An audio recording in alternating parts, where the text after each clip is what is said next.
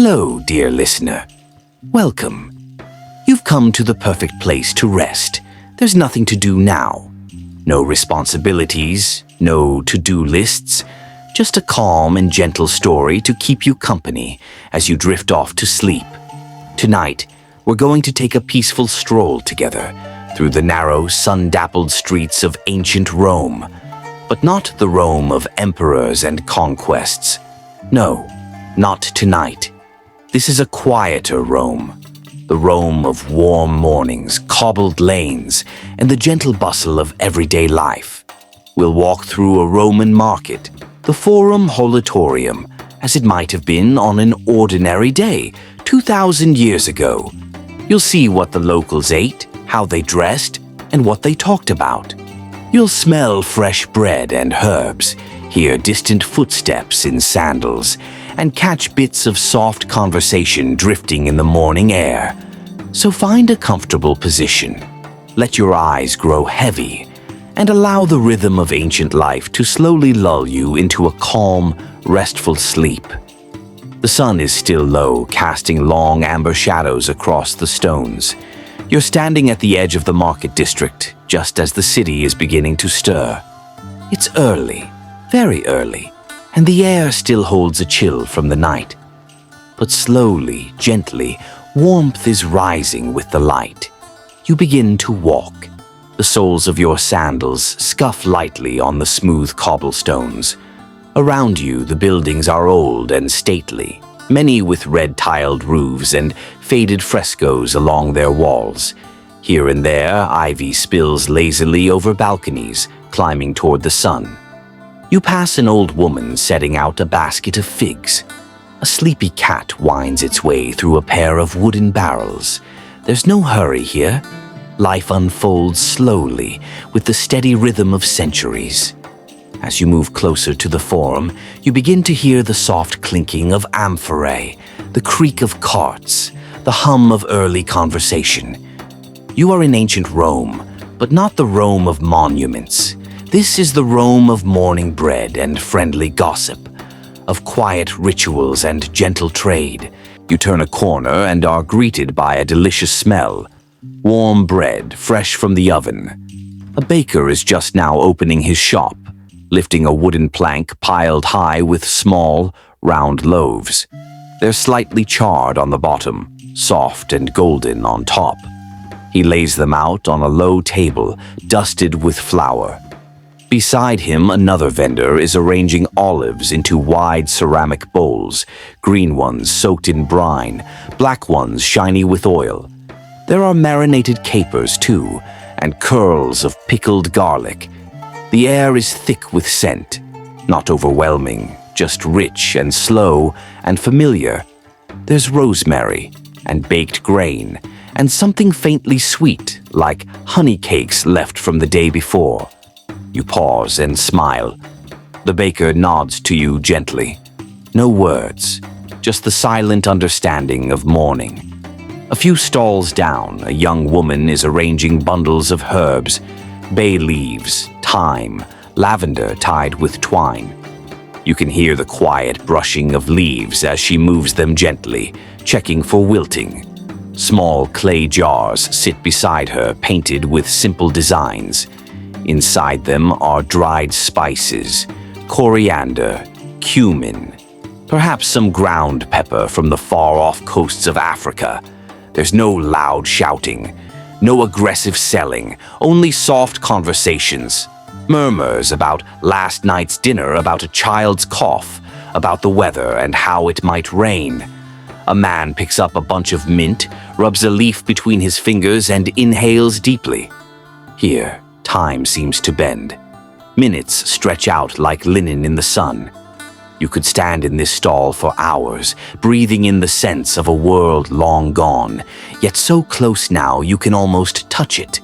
Farther along, you come to the potter's corner where the clinking of clay is just barely louder than the birds.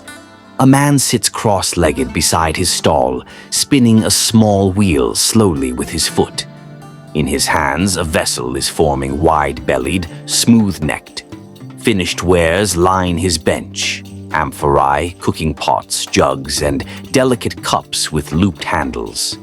Some are glazed, some are etched with simple designs, wheat stalks, grapes, dolphins dancing on a wave.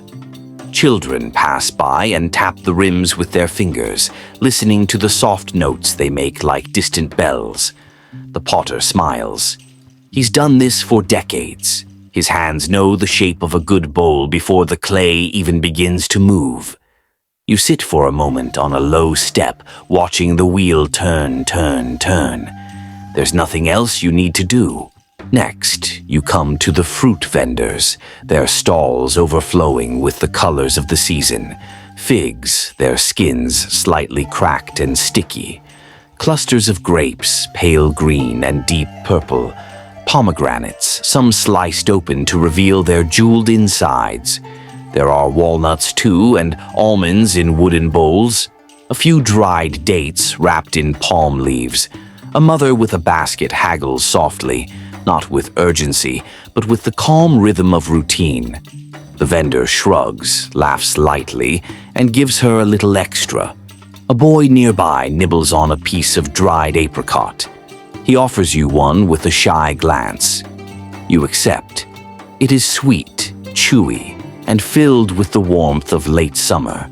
As you wander on, your hand brushes against bolts of fabric, carefully rolled and stacked on a vendor's table. Linen in pale ochre, wool dyed in soft purples, browns, and faded reds.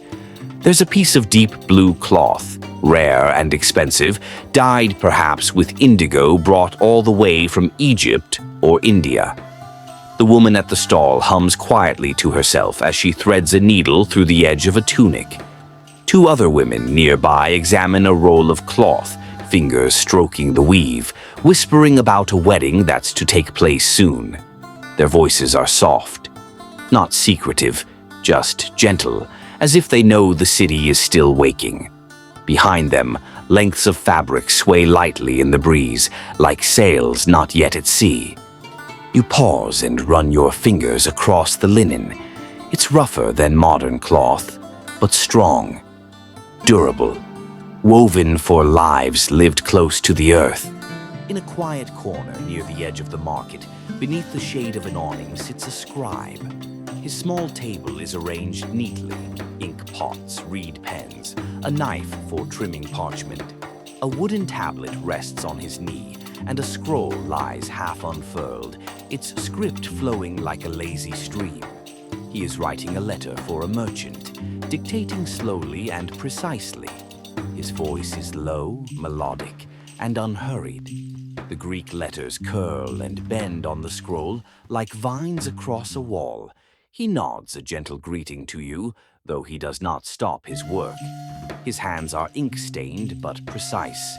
He writes not just in words but in time, each stroke marking another breath in the life of the city. Parchment rustles. A wax seal waits patiently beside him. You sit nearby for a while, listening to the scratch of the pen, the occasional murmur of Latin, and the soft hush of the morning wind.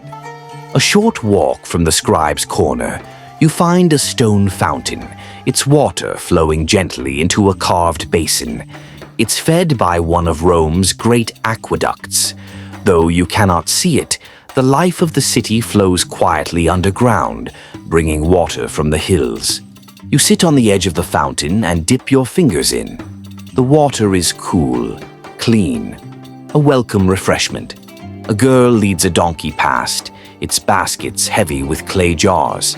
She waves, you nod back. Two boys chase each other around the square, their footsteps echoing between the columns until their mother hushes them softly. A moment of calm, the sound of water, the lightness of a breeze through the cypress trees nearby. You close your eyes. For a while there is nothing but the trickle of water and the rhythm of life unfolding, slowly, gently, always. You rise and drift toward a smaller alley off the main market, where more specialized vendors are found. Here, a perfume seller lays out small glass vials, delicate, translucent, with long necks like tulips. Inside them are oils, Rose, myrrh, lavender, and crushed herbs. He shows you a vial of spikenard, a rare and precious fragrance, sharp but sweet, carried across seas and deserts. You sniff one carefully. The scent is deep and soft, like crushed petals on warm stone. Next to him, another vendor sells unguents and salves, tiny bronze spoons for application, little jars carved from alabaster and soapstone. Nothing loud or flashy, just simple luxury, worn lightly. You realize how scent, like sound and light, moves through time. You breathe in and for a moment feel you've known this place all your life. Time has passed without you noticing. The sun is lower now, its light warmer and more golden. Vendors begin to pack up their goods. Some linger, chatting with neighbors. Others sit, sharing olives and bread. The crowd has thinned. The air is quieter. The clinking, the footsteps, the voices, all fading like the light. A slow peace settles over the market. You walk once more through the now familiar streets, past the fig vendor, the baker, the potter, past fabric and spice, children and cats. Every corner has memory now, a soft imprint of the day. As you reach the edge of the market, you pause. Behind you, Rome is still breathing, still living gently in its timeless way. But ahead is sleep. And now, dear traveler, you've seen the market as it once was, touched its fabric, breathed its scents, heard the quiet language of its life. There is nothing more to do.